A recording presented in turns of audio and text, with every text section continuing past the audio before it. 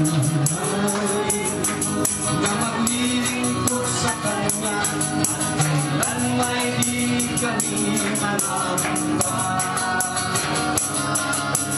Kapilikuan man lahat ng aming pangarap, mahal namin sa buhay, sa amin ay nawagay kami patuloy na maglilingkod sa Kanya at kailan may di kami malamba. Pagkat aming alam darating ang isang araw, pangarap ko'y matutupad. Walang sino man hahalang, ito'y sadyang ibinigay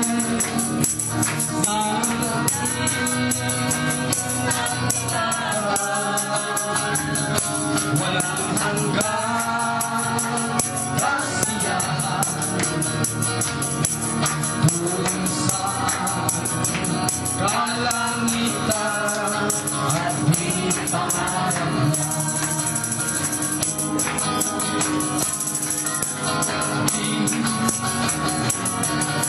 Sabihin man nila kami mga panatiko at pagtawanan dahil sa Ebanghelyo, kami patuloy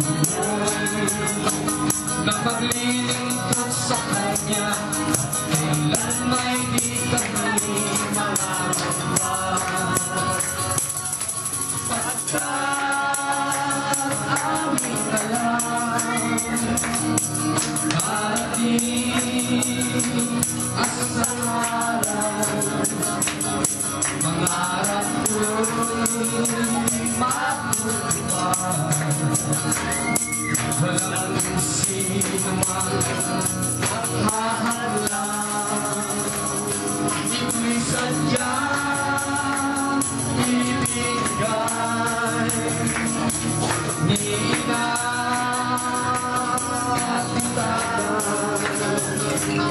walang hanggang kasiyahan dun sa kalangitan at di pangarap lang, at di pangarap lang. Diba nakapagsalita na kami ng minsan? Eh, bago natin ipagpapatuloy yung ating pag-review sa make-up nyo kanina, meron lang kami iano sa mga notebook nyo. Pero parang review na rin ito. Kung sa unang tinake-up natin yung dakilang hangarin, yan nagpapagalal at magpapagal. Yung unang model natin, sa daan ko, daan. Anong sabi?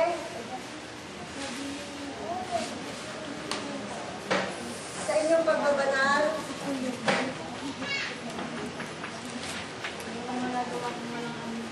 anong karugtong nito? Sino nakapag-take note na? May nagsalita na nito sa inyo? Sa inyong pagbabanal, oops, hanapin nyo, sumulbok nyo.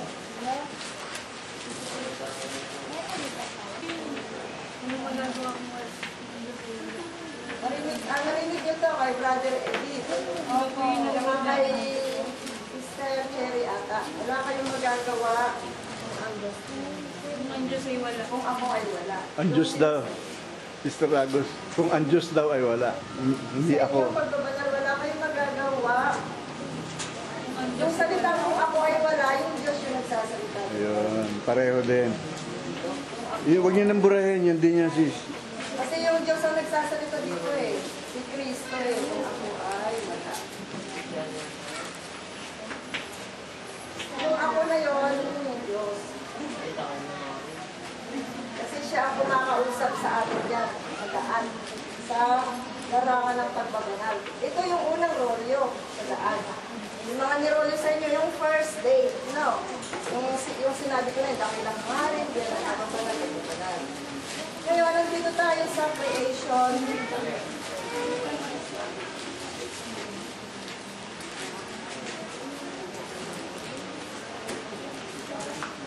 Ito naman, yung rolyo natin ngayon, nandito tayo sa sinasabing katotohanan.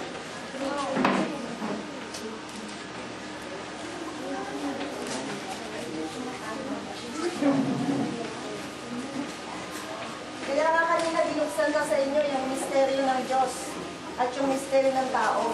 Diba? Kaya dito, sa katotohanan mo sabi ng Diyos, kung nalalaman niyo lamang, Nalalaman niyo lamang ang biyaya ng Diyos. Pagka, kung nalalaman natin yung biyaya na dapat ibigay sa atin ng Diyos, diba? Pag natagpuan natin yung katotohanan na yan, nalalaman nyo lamang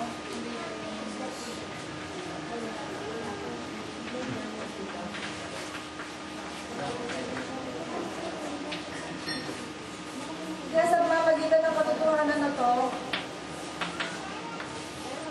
ay malalaman natin yung mga biyaya ng Diyos niyan. Isang biyaya ng Diyos, yung nalaman natin kung ano yung misteryo niya, kung ano yung pagka-Diyos niya, at kung ano yung ginawa ng tao sa loob ng paradiso. Diba kasi sabi niya, ang Diyos misteryo. Diba yung sinasabi ng kapatid natin kanina? Ito, pinapaliwanag niya. Ngayon, i-review ko muna sa inyo yung sinabi ng nag-rolyo sa inyo at si Daddy David. Diba, tinanong kayo, ano ba ang zero? Yan ba ay letra o yan ba ay number? Depende po yun sa salita. Salita yung diba? Kasi nga, yung zero na yan, ano ba to? Ano yung sinabi sa inyo kanina? Ito ay isang simbolo. Symbol. At ano ang isinisimbolo nito? Wala. Okay, wala. Eh, ano ba yung wala?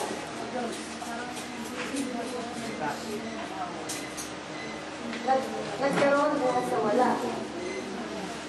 Ngayon, itong zero na ito, kung titingnan natin, kung ito ang simbolo ng Diyos na sinasabi natin, kung titingnan natin na wala. Ang zero, pagka yun ay binilog mo, alam mo ba kung saan ka nagmula at kung saan ka natapos? Kahit mo yun. Hanggat bilugin ng bilugin. Hindi mo alam kung saan ka nag-umpisa kung saan ka matatapos. Sa mga kid, kaya yan ang kinuhang simbolo ng Diyos kasi siya yung simbolo ng eternity. Walang hanggan, walang pinagmulan at walang katapusan.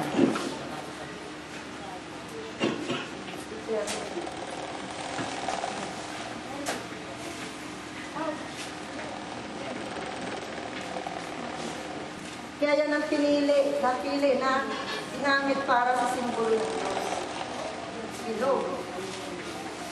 Zero. Kung kailan siya wala, kung kailan siya sinasabing zero, doon siya na-andot. Kasi nga, mahiwala siya. Kaya yung sinasabing katotohanan, na kung nalalaman nyo lamang ang biyaya ng Diyos, kasi ang katotohanan, ang pinakamadilim na bahagi ng buhay spiritual ng buhay ng Diyos. Dito natin malalaman kung ano yung sinasabing madilim na yan. At ang katotohanan ang magpapalaya sa atin mula sa pagkakaalipin sa demonyo, daigdig at laman. Katotohanan, pinakamadilim. Meron na ba kayo nito? May na-take note na kayo ganito?